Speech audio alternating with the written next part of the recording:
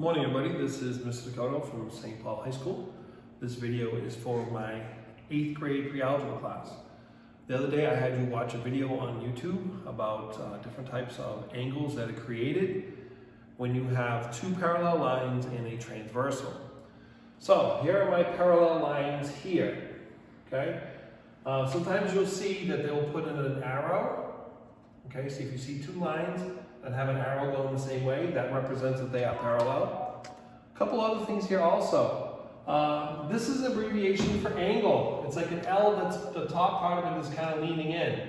That's angle. If you see something like this with an S, that's plural for angles. And let's say that I want to talk about angle A. Again, you have an angle symbol, and then you would just have A. So that would stand for angle A. Okay? So I just want to start introducing some of this vocabulary. So let's go through and review some of those angles that we had seen in the videos. These are a few here. There are a few more. We'll get to those when we do, but let's start off with these ones here. So, corresponding angles. The video that you saw is if you look at angle 1 and angle 5, those are in the same group. If you look at this cluster here, angle 1 is in the top left, angle 5 is in the top left. Okay, so corresponding angles. So angle 1 is congruent to angle 5. Angle 4 is congruent to angle 8. Now another word for congruent is equal. Angle 2 is congruent to angle 6. And angle 3 is congruent to angle 7. Again, corresponding angles are congruent. They're equal.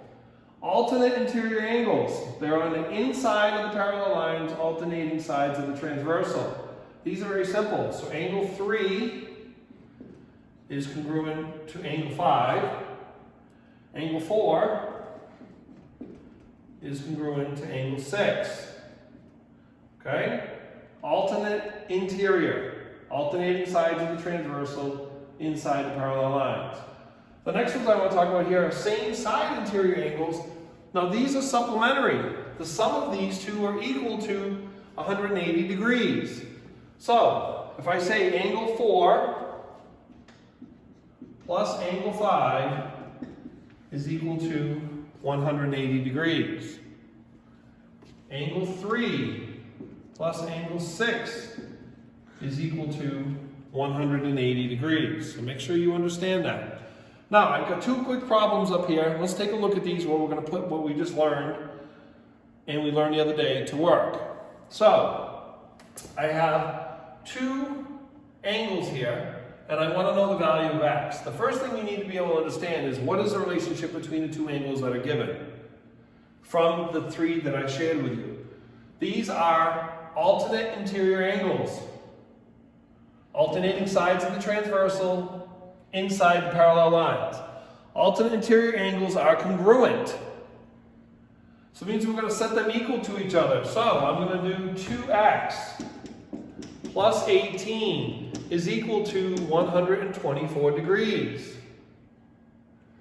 I'm going to subtract 18 from both sides. 2x is equal to 106. Divide both sides by 2, x is equal to 53. Let's plug it in. 2 times 53 plus 18 is equal to 124 degrees. Okay, so my x is equal to 53. Not 53 degrees, x is equal to 53. Let's take a look at this one here. So, I have two angles. We need to look at these relationships. Okay, these are same side interior angles because they're on the same side of the transversal on the inside of the parallel lines. Same side transversal inside parallel lines. Same side interior angles.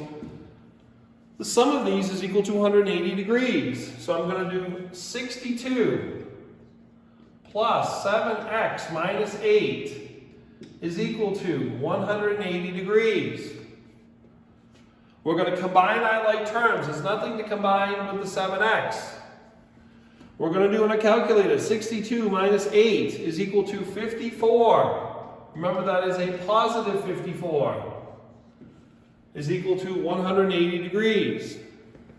We're going to subtract 54 from both sides. 7x is equal to 180 minus 54 is equal to 126 degrees. The last thing that we're going to have to do here is divide both sides by 7.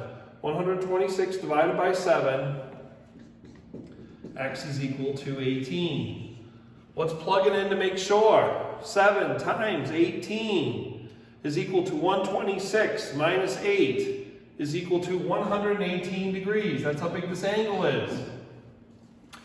Let's add them. 118 plus 62 is equal to 180 degrees. We've checked our work. Our numbers all match. We are good. X is equal to 18, not 18 degrees. Okay? So make sure you know your angle relationships. And now we're going to start putting in some algebra, which I know we all can do. Again, if you have any questions, please feel free to contact me. Thank you and have a good day.